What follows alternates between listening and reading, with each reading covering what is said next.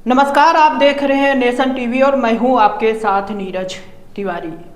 यदि आपसे पूछा जाए कि किस विभाग में सबसे ज़्यादा भ्रष्टाचार है तो शायद आप सबसे पहला नाम लेंगे राजस्व विभाग।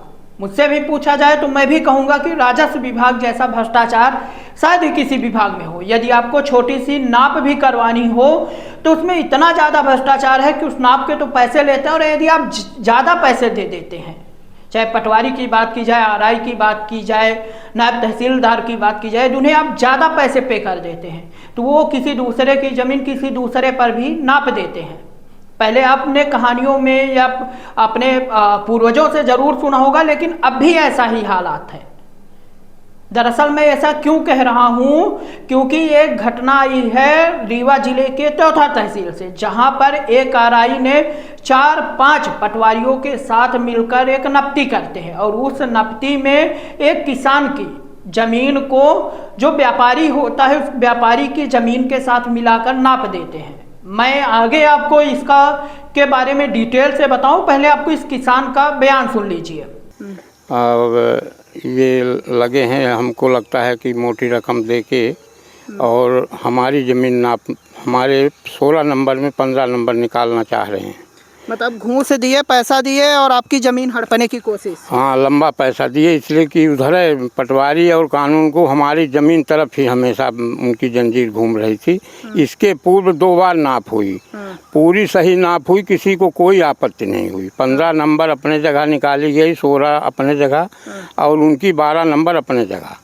लेकिन इस तीसरी बार पता नहीं क्या हुआ कि वो 15 नंबर जो है 16 में निकाल रहे हैं, 15 नंबर अपने तरफ नपवा रहे हैं। तो आपने किसान का बयान सुना। किसान ने स्पष्ट आरोप एक व्यक्ति पर लगाया है, और वो आरोप है आरआई पंकज पाल पर, जो कि रीवा जिले की चौथा तहसील से आरआई है। आरआई मतलब रेवेन्यू इंस्पेक्टर, कहीं कहीं कानून गो भी कहते हैं, वो है। उन्होंने क्या किया कि एक व्यापारी थे जिनका रकबा 12 नंबर था, उन्होंने आवेदन दिया तहसील में नाप के लिए। आरआई साहब पंकज पाल जी जो यहाँ पे हैं, तस्वीर में आपको दिख रहे हैं, ये है आरआई पंकज पाल। ये अपने 4-5 पटवारियों के साथ नापने के लिए जाते हैं खेत पे। जो नक्शा है, मैं नक्शा दिखा देता हूँ जो जिस पर नाप हुई है।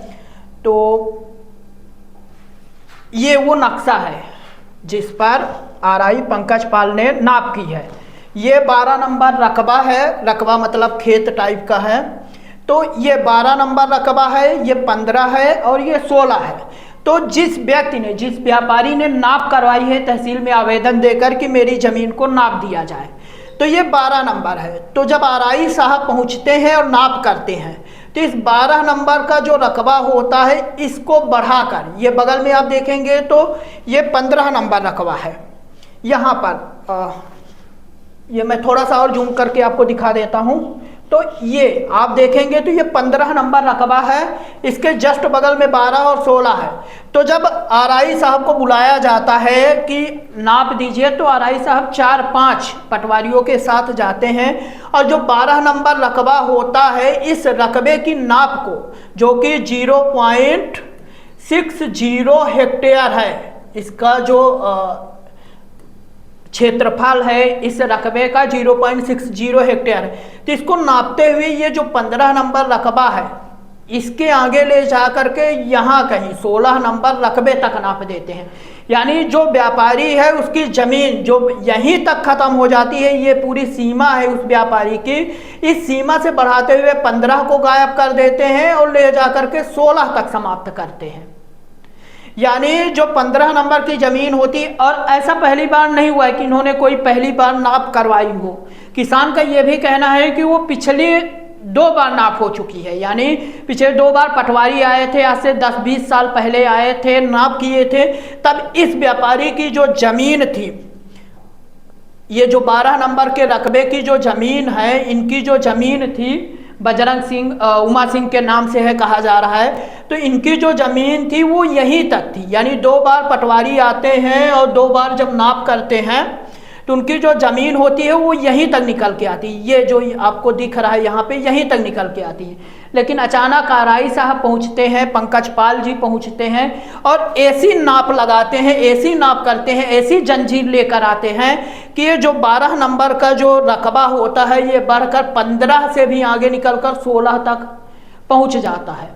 काफ़ी गंभीर भ्रष्टाचार के आरोप लगे हैं और आरोप ऐसे गंभीर हैं कि जो बताया जा रहा है, किसान ने भी कहा है कि आरआई जो ये पंकज पाल जी हैं इन्होंने पैसे लेकर के व्यापारी के नाप पर नाप दिया। और सवाल भी उठता है कि ये 2 बार पटवारी आए, 2 बार पहले भी 10-20 साल पहले, क्योंकि पुश्तैनी ज़मीन थी, लगभग 100-150 साल से वहाँ पे किसान खेती कर रहा था। व्यापारी ने ज़मीन खरीदी थी जो कि 40-50 साल पहले, तो उनके जब पिता जब खरीदी थी ज़मीन, नाप करवाए थे, तब जहाँ पर उनका सीमा था, बॉर्डर था, वहीं तक निकलती है। लेकिन बाद में आरआई साहब नापते हैं तो लगभग 15 नंबर का रकबा गायब हो जाता है, 16 तक पहुंच जाता है।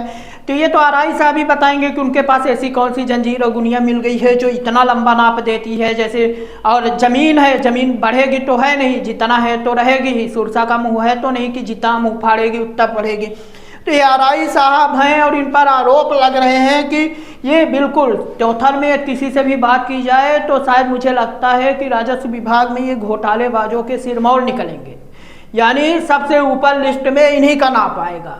ये पहले रीवा में कहा जाता है कि रीवा या रीवा के आसपास पदस्थ थे, उसके बाद अब इनकी जो पोस्टिंग है वो त्योथर में हुई है, लेकिन त्योथर में जाने के बाद भी इनके कारनामे बंद होने का नाम नहीं ले रहे हैं। और किसान भी आरोप लगा रहे हैं कि इन्होंने जो नाप की है वो नाप सिर्फ और सिर्फ पैसे के दम पर की गई है, यानी जो इन्होंने गलत नाप की है वो पैसे के दम पर जो व्यापारी थे उनकी ज़मीन को बढ़ा दिया है। हालांकि ये जांच का विषय है कि जो आरआई साहब ने ज़मीन नापी है वो सही नापी है या गलत नापी है, क्योंकि सवाल तो यही उठेगा और आम जन भी यही पूछेगा कि जो 2 बार पटवारी नाप चुके हैं उनमें ज़मीन वहीं ख़त्म हो जाती है, तो फिर तीसरी बार बढ़ कैसे जाती? या तो पिछली बार जो 2 पटवारी थे उन्होंने गलत नाप दी थी, या फिर आरआई पंकज साहब ने सही से नाप दी है। सवाल तो पूछेगा और सवाल बनता भी है।